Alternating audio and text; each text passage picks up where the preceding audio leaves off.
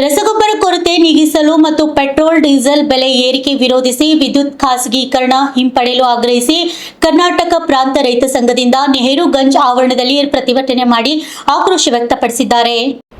ಕಲಬುರಗಿ ನಗರದ ನೆಹರುಗಂಜ್ ಆವರಣದಲ್ಲಿ ಪ್ರತಿಭಟನೆ ಮಾಡಿದ ಕೇಂದ್ರ ಸರ್ಕಾರದ ವಿರುದ್ಧ ಘೋಷಣೆ ಕೂಗಿ ಕೂಡಲೇ ಸಮರ್ಪಕವಾಗಿ ರಸಗೊಬ್ಬರ ವಿತರಣೆ ಮಾಡಬೇಕು ಹಾಗೂ ದಿನನಿತ್ಯ ಪೆಟ್ರೋಲ್ ಡೀಸೆಲ್ ಹಾಗೂ ಗ್ಯಾಸ್ ಬೆಲೆ ಹೆಚ್ಚಾಗುತ್ತಿರುವುದನ್ನು ಖಂಡಿಸಿ ಕೇಂದ್ರ ಸರ್ಕಾರದ ವಿರುದ್ಧ ಆಕ್ರೋಶ ವ್ಯಕ್ತಪಡಿಸಿದರು. Bureau report RJ32 Kannada news Kalaburagi.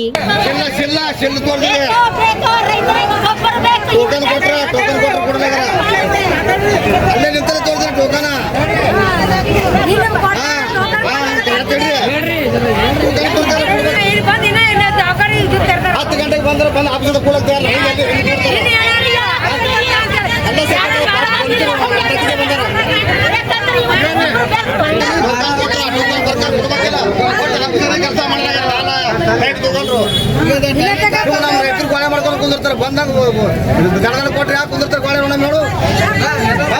ನಿನ್ ಟೋಕನ್ ಕೊಟ್ರೆ ಇವತ್ತು ಬಂದು ಕೊಡ್ಬೇಕು ಸೀದಾ. ಅವ್ರು ಯಾಕೆ ಈ ಹೇಳ್ದಾಗ ಆಫೀಸರ್ ಬಂದ್ರೆ ಹ್ಯಾಂಗ ನೋಡ ನೋಡ್ರಿ.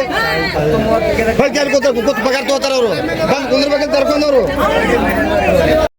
ಈಗಾಗಲೇ ತೊಗರಿಯ ನಾಡಿನಲ್ಲಿ ತೊಗರಿ, ಉದ್ದು, ಹೆಸರು, ಹತ್ತಿ, ಸೋಯಾ ಬಿತ್ತನೆ ಪ್ರಾರಂಭ ಆಗಿದೆ. ರೈತರ ರೊಕ್ಕದ ಮಾಲು ಮುಂಗಾರು ಬೆಳೆ.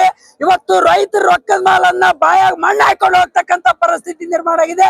ಈಗ ಅಲ್ಪ ಸ್ವಲ್ಪ ಮಳೆ ಬಿದ್ದಿದೆ, ರೈತರು ಬಿತ್ತಣಿಕೆ ಪ್ರಾರಂಭದಲ್ಲಿದ್ದಾರೆ. ಅಂದ್ರೆ ರೈತರು ಬುಕ್ಕ, ಹಾಳು, ಉಡಿಚೀಲ, ದಿಂಡು ಮತ್ತೆ ಗೊಬ್ಬರನ್ನ ಸುರಾಸರಲೆ ದಿನ ಗಳಿತಕ್ಕಂತ ಪರಿಸ್ಥಿತಿ ನಿರ್ಮಾಣ ಆಗಿದೆ. 2 ದಿನ ಹಗಲ ರಾತ್ರಿ ಇಲ್ಲೇ ಜೋತ್ಕೊಂಡು ಬಿದ್ರು. ಇವರು ಯಾರ್ದೋ ಗಂಟು ಎಲ್ಲ ಜಾತ್ರೆ ಮಾಡಕ್ ಕೊಟ್ಟಿರ್ತಕ್ಕಂಥ ನೀತಿ ಖಂಡಿಸ್ತೀವಿ. ಅದ್ರ ಜೊತೆಯಲ್ಲಿ ರೈತರಿಗೆ ರಸಗೊಬ್ಬರ ಅಭಾವ ಕೃತಕ ಸೃಷ್ಟಿ ಮಾಡಿ ಬ್ಲಾಕ್ ಮಾರುಕಟ್ಟೆಯಲ್ಲಿ 1350 ರೂಪಾಯಿ ಬ್ಯಾಗ್ ಇರ್ತಕ್ಕಂಥದನ್ನ ಇವತ್ತು 1750 ರೂಪಾಯಿ ಪರ್ ಬ್ಯಾಗ್ ಬ್ಲಾಕ್ ಮಾರಾಟ ಮಾಡಿ ರೈತರಿಗೆ ಬರೆ ಎಳಿತಕ್ಕಂಥ ರೀತಿಯಲ್ಲಿ ಇರ್ತಕ್ಕಂಥ ನೀತಿಯನ್ನ ಖಂಡಿಸ್ತೀವಿ.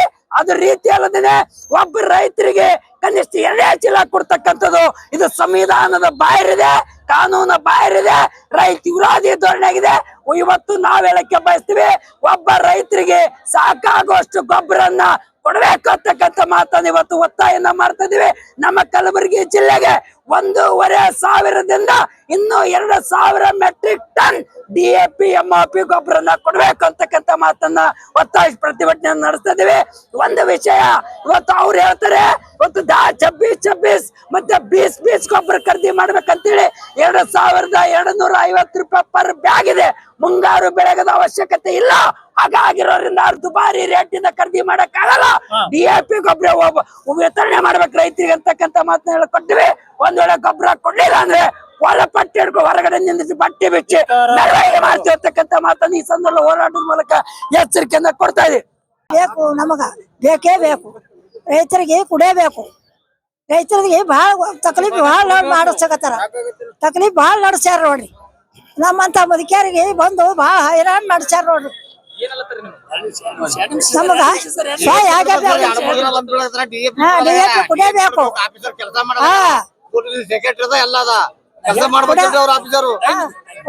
ಎರಡು ದಿನ 3 ದಿನ ರೈತರು ದನ ಕರ ಬಿಟ್ಟು ಬಂದ್ ಮಕ್ಕಳಕತ್ತಾರ, ಪಾಳಿ ನಿಂದ್ರಕತ್ತಾರ.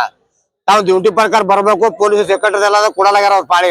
ಬರೇ ಕೂತ ಅವ್ರಿಗೆ ಫೋನ್ ಹತ್ತದು, ಇವ್ರಿಗೆ ಫೋನ್ ಹತ್ತದು. ನೀವು ಪಾಳಿ ನಿಂದ್ರೆ ಅವ್ರ ಪಾಳಿ ನಿಂದ್ರೆ ನಮ್ ಜನ ನಮ್ಗೆ ಹಚ್ಚಕತ್ತಾರ ಇವ್ರು ಆಫೀಸರ್ ಮಂದಿ.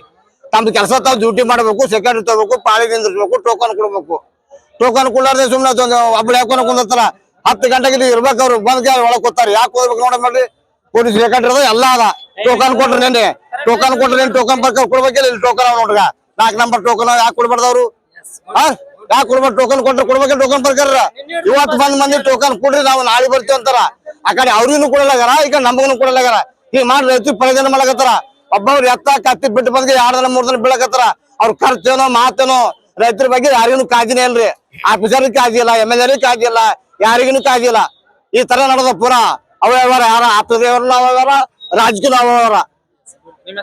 ಬೈಲಪ್ಪ ಪೂಜಾರಿ ಮಂಡಿದ್ವಿ.